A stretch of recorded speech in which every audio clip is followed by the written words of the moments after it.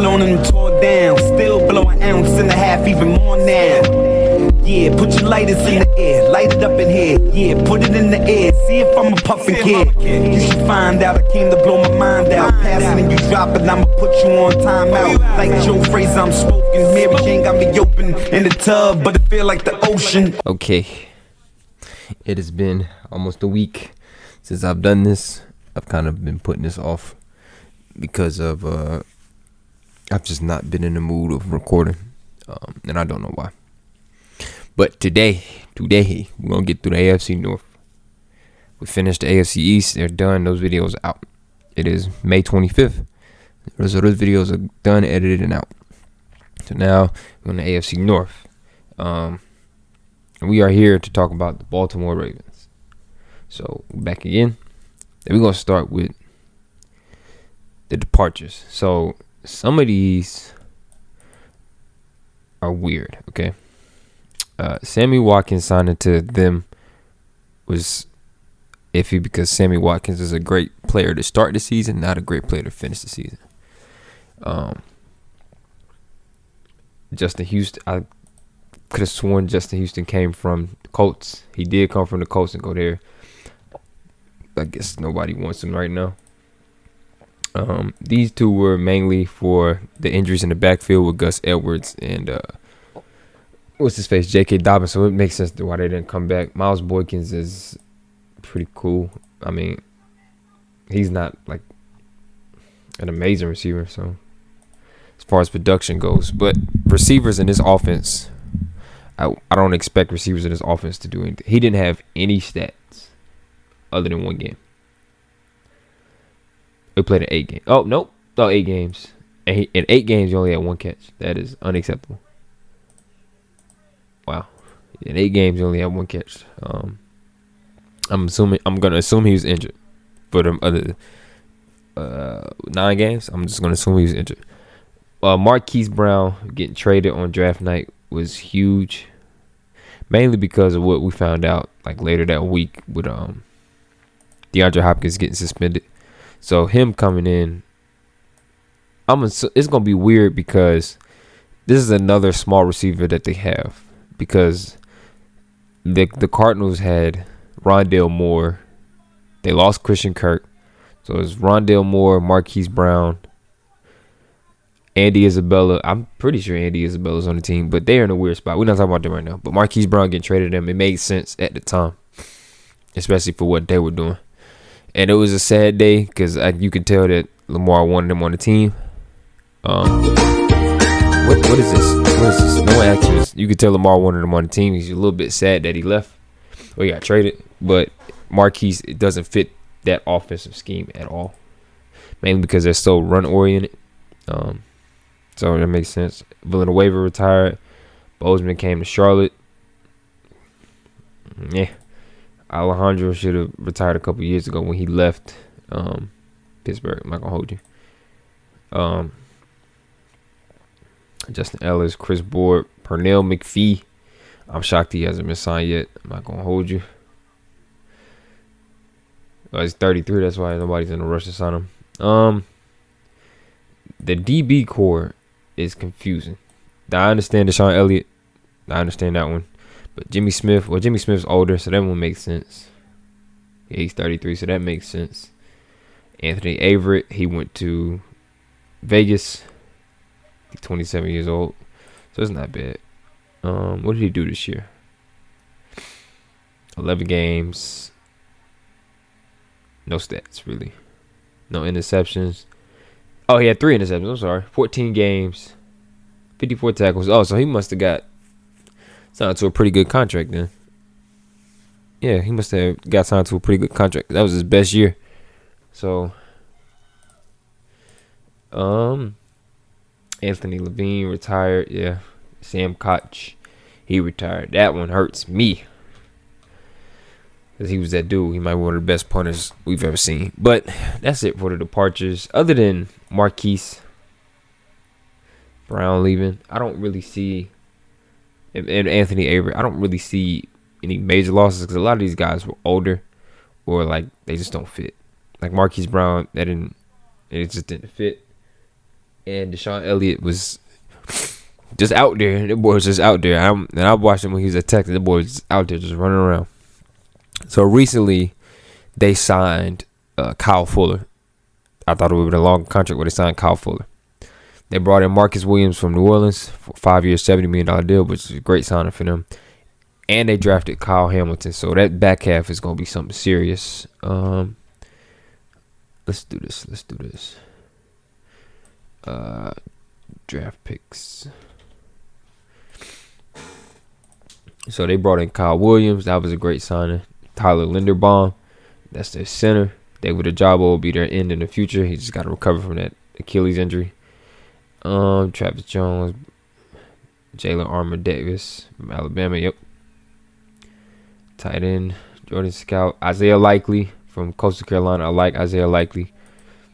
I don't know why they drafted him here then, but Isaiah Likely, I like him.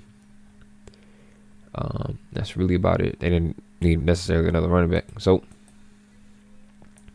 those are the draft picks. So it made sense. Brent Urban, Josh Burns, Calais Campbell is still doing his thing at 36, 37 years old, 35 years old. So he's still doing his thing. He gonna stay with them probably till he retires. Michael Pierce re-signed for a 3-year deal. Morgan Moses, we talked about him on the Jets video. He came to Baltimore. That's a good signing. Patrick Ricard ain't going nowhere because fullbacks are becoming less and less of a thing, but he fits the team. Mike Davis from Atlanta. He's here for them. So it's not bad signings. Marcus Williams is their best signing of the year, without a doubt. The main issue that the Ravens had was injuries. As bad as their injuries were, they were second in the league as far as players on the IR of 2021. It was actually second in the league. So, yeah, Rashad Bateman, Miles Boykin, Nick Boyle. Yep. And Cleveland was on IR. J.K. Dobbins was on IR. Dorsey. Duvernay had some injuries. Gus Edwards was out for the year. Jake Ford was out for most of the year. Dalen Hayes was out for most of the year. Marlon Humphreys was out for a good portion of the year. Xavier Kelly was out for a good portion of the year. Marcus Peters was out all year, so he's coming back. That's good for them. Westry was out for a good portion. Where's Marlon at? I could have sworn I seen Marlon Humphrey. No Marlon? Oh, Marlon Humphrey right there. He had missed a good portion of the year. Patrick Ricard was questionable for a good portion. Didn't play last game. Ronnie Staley was out. Of course, Westry said him. Derek Wolfe was out. So this team had a lot of injuries. 178 games. 178 times reported IR. That's probably 178 games combined. That's crazy. So I don't know. They just got to get healthy. And they started off great. The season started off great last year, and then Lamar got hurt. Look, they lost the opener, but they was getting the kinks out. So 1, 2, 3, 4, 5 in a row. Lost to Cincinnati. Won the next one versus Minnesota. Lost to Miami. Turn around, beat Chicago. Turn around, beat Cleveland. I remember that game. Played Pittsburgh and lost. They went for 2 at the end. He went. Oh, I thought he went 19 for 20. Wow. This is where Lamar got hurt. So from then on, 1, 2, 3, 4, 5, 6 straight L's to finish out the season. Majority of that goes to Lamar going down. I think it's funny. People was complaining about Lamar being injured as a runner, and he actually got injured as a passer, which was amazing because it's like, wow, that had absolutely nothing to do with what y'all was talking about. So good job on that front. But yeah, they just gonna get healthy this year, and it'll be completely different. So they start off the season. The Jets should be a win. They should beat the Dolphins. New England, that'll be a good win. I don't know about Buffalo. I think they're probably gonna lose that one. They're gonna split between them and Cincinnati. They go to Tampa Bay. That'll be a great game right there. That's a Thursday night game. They got New Orleans back to back. That's back to back weeks, so that's gonna be rough weeks right there. Thursday, and then they got the Monday games. So they got a little bit of a break. That's gonna be some tough games right there. Should be Carolina. Should be Jacksonville. Jacksonville is weird. Got Denver. They might lose there. Pittsburgh. So back half is a lot easier than the top half. But for them, if everybody comes back and actually stays healthy, like my boy Kenson was saying in the draft video that we talked about, if the team stays healthy, they should make the playoffs. But me and Terrence have the same mindset. Unless they win the division, they're probably not going to make the playoffs just because of how stacked the AFC is. And this is a team that needs the division win to help them out. Especially with Joe Burrow coming out, Cleveland coming out. So you got to worry about those three, and they in your division.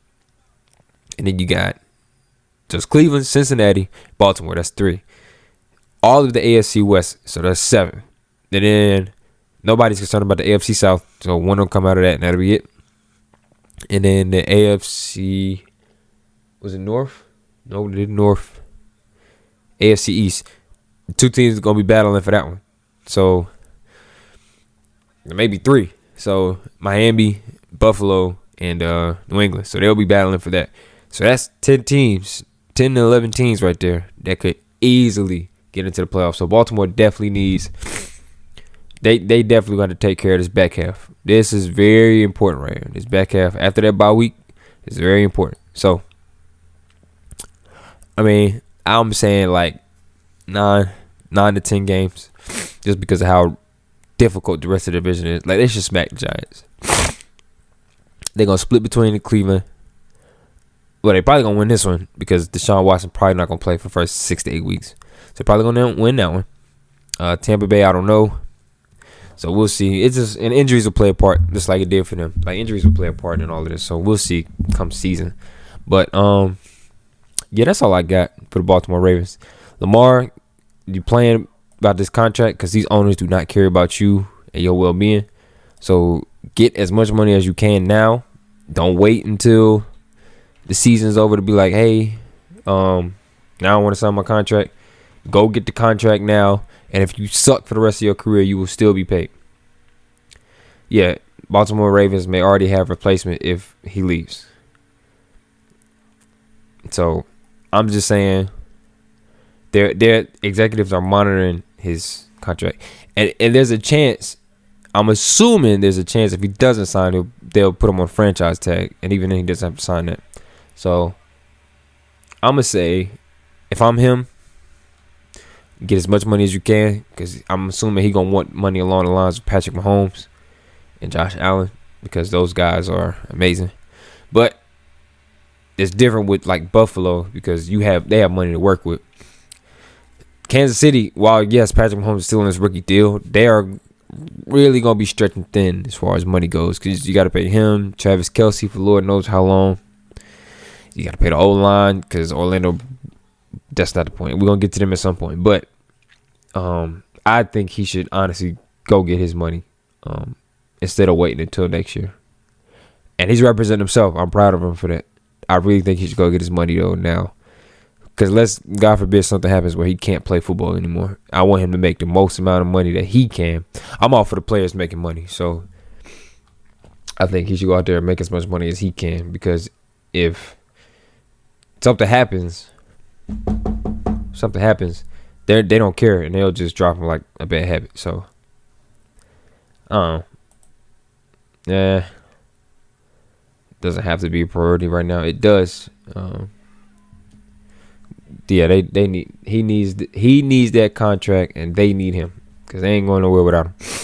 So that's it. That's all I got for the Baltimore Ravens. It'll be interesting, especially after what Kenson said and my boy Kenson said in the video talking about them. So we'll see in due time.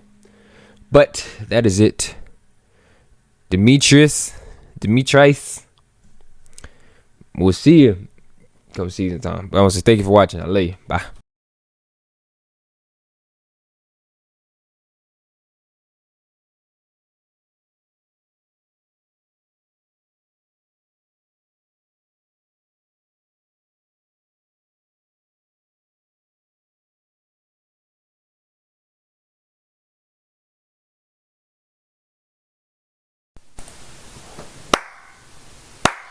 All right, I didn't know this.